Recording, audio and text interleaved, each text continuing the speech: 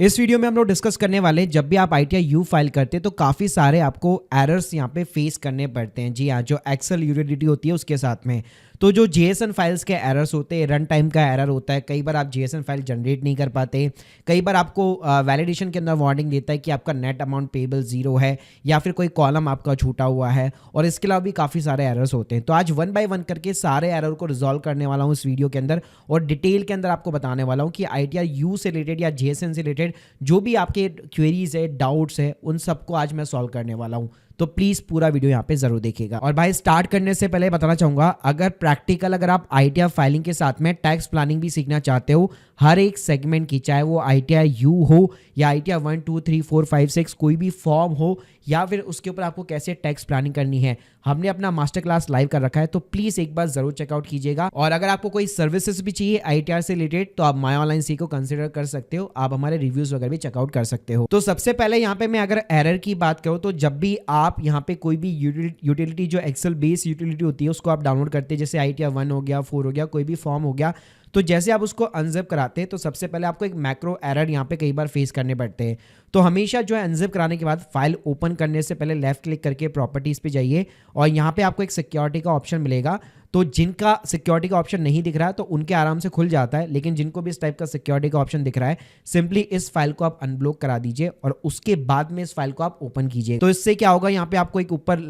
Security warning दिखाएगा, और enable content करते ही आपके मैक्रोस अनेबल हो जाएंगे और ये फाइल जो है अच्छे से यहाँ पे काम कर पाएगी। दूसरा गाइस, लोगों को प्रॉब्लम ये आता है कि यहाँ पे जब भी आपको प्रीफिल डेटा डालना होता है एक्सेल के अंदर, तो बेसिकली लोग यहाँ से जो है प्रीफिल डेटा डाउनलोड करते हैं, लेकिन कई बार ऐसा होता है कि यहाँ से हम लोग जो प्रीफिल यहाँ पे फाइल जनरेट करते हैं उसके अंदर कोई डेटा ही नहीं होता। ऐसा इसलिए होता है कि अगर आप कोई मान लीजिए नई प्रोफाइल क्रिएट की है, तो आपको एटलीस्ट 48 आवर्स तक वेट करना पड़ेगा, तभी जाकर आपका प्रीफिल डेटा जो अपडेटेड होता है और उसको आप डाउनलोड कर यहाँ पे कर पाओगे। इसके अलावा गाइस, लोगों को एक और प्रॉब्लम आती है कि जब भी वो JSON फाइल यहाँ पे जनरेट करते हैं, जैसे ITR U के अंदर जब आप JSON फाइल को यहाँ पे आप जनरेट वगैरह करना चाहते हैं, तो बेसिकली यहाँ पे लास्ट में इस टाइप का आपको एक समरी दिखाता है, और जैसे आप सेव बटन पे क्लिक करेंगे तो JSON कहाँ पे एक्सपोर्ट हो रही है, कहाँ पे सेव हो रही है, हमें ये पता नहीं लग पाता। तो देखिए, जनरली जिस भी फोल्डर को आपने अनजिप किया है, तो उसी के अंदर आपकी ये जो फाइल होती है वो एक तरह से एक्सपोर्ट होती है, एज ए JSON यहाँ पे सेव होती है। अगर आपने जो है 3-4 बार अनजिप कर रखा है, डिफरेंट फोल्डर कर रखे हैं,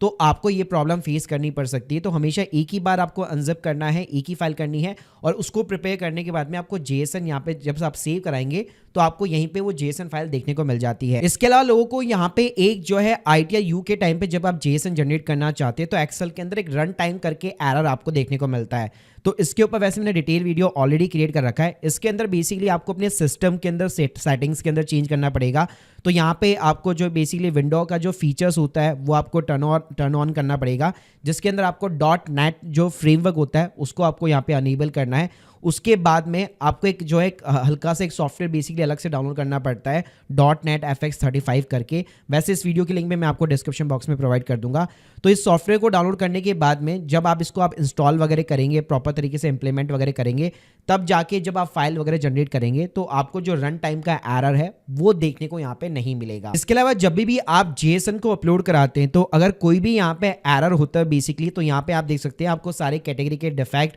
या फिर जो भी आपका एरर होगा वो आपको यहाँ पे देखने को मिल जाएगा, और उसके रिगार्डिंग जो भी यहाँ पे सजेशंस होगी वो भी यहाँ पे आपको देखने को मिल जाती है। इसके अलावा लोगों को एक और प्रॉब्लम फेस करनी पड़ती है कि जिन भी लोगों का यहाँ पे कोई भी टैक्स लायबिलिटी नहीं बन रही होती है, वो अपना ITR यहाँ पे U बेसिकली फाइल नहीं कर पाते। तो ध्यान रखिएगा, यहाँ पे आपका जो पार्ट B ATI होता है, और यहाँ पे एक 140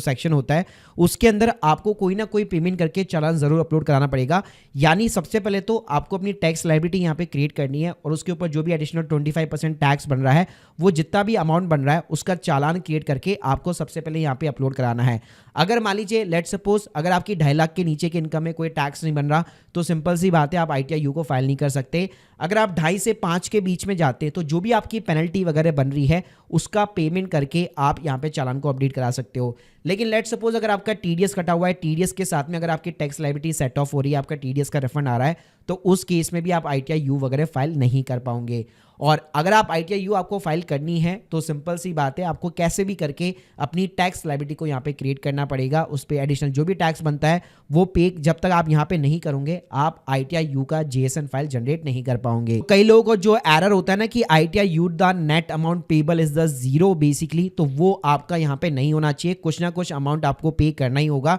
तभी जाके आप ITR यू फाइल कर पाओगे। इसके अलावा कई बार हमें जो मेन एरर होता है वो पार्ट ए यहाँ पे जो है जर्नल इन्फॉर्मेशन जो होता है उसकी वजह से यहाँ पे मिलता है। तो मेक श्योर कीजिए ये वाला पार्ट आपका प्रॉपर फिलअप वगैरह होना चाहिए। तो अगर जैसे लेट सपोज आपने पहले से ITR फाइल कर रखी तो आपको इस ऑप्शन को यस करना पड़ेगा। कौन से सेक्शन में आपने फाइल कर रखी है, प्रॉपर एक्नॉलेजमेंट नंबर और आपने किस डेट को फाइल कर रखी है, तो ये मैच जो है ऑनलाइन डेटा के साथ में पूरा मैच होना चाहिए। अगर आपने यहाँ पे पहले रिटर्न फाइल नहीं कर रखी तो अगर आप नो करेंगे तो ये सारी जो फील्ड्स होगी वो हिडन हो जाएगी। फिर क्या आप ITR यू के लिए एलिजिबल हो कि नहीं है, फिर उसके आपका रीजन क्या है, और उसके अलावा आपका पीरियड क्या रहेगा, आपने अब 12 महीने के अंदर फाइल कर रहे हैं या फिर 24 महीने के अंदर फाइल कर रहे हैं, क्योंकि उसके अकॉर्डिंग आपकी पेनल्टी लगेगी। और इसके अलावा जब भी आप वापस ITR यू फाइल करते हैं, मान लीजिए पहले आपने फाइल कर रखी है ऑलरेडी ITR नॉर्मल ITR, उसके बाद आप ITR यू फाइल कर रहे हैं, तो यहाँ पे भी आपको पार्ट बी ATI के अंदर एरर देखने को मिलते हैं कि आप क्यों यहाँ पे एडिशनल आपने क्या इनकम दिखाई है जिसकी वजह से आप ITR यू फाइल कर रहे हो।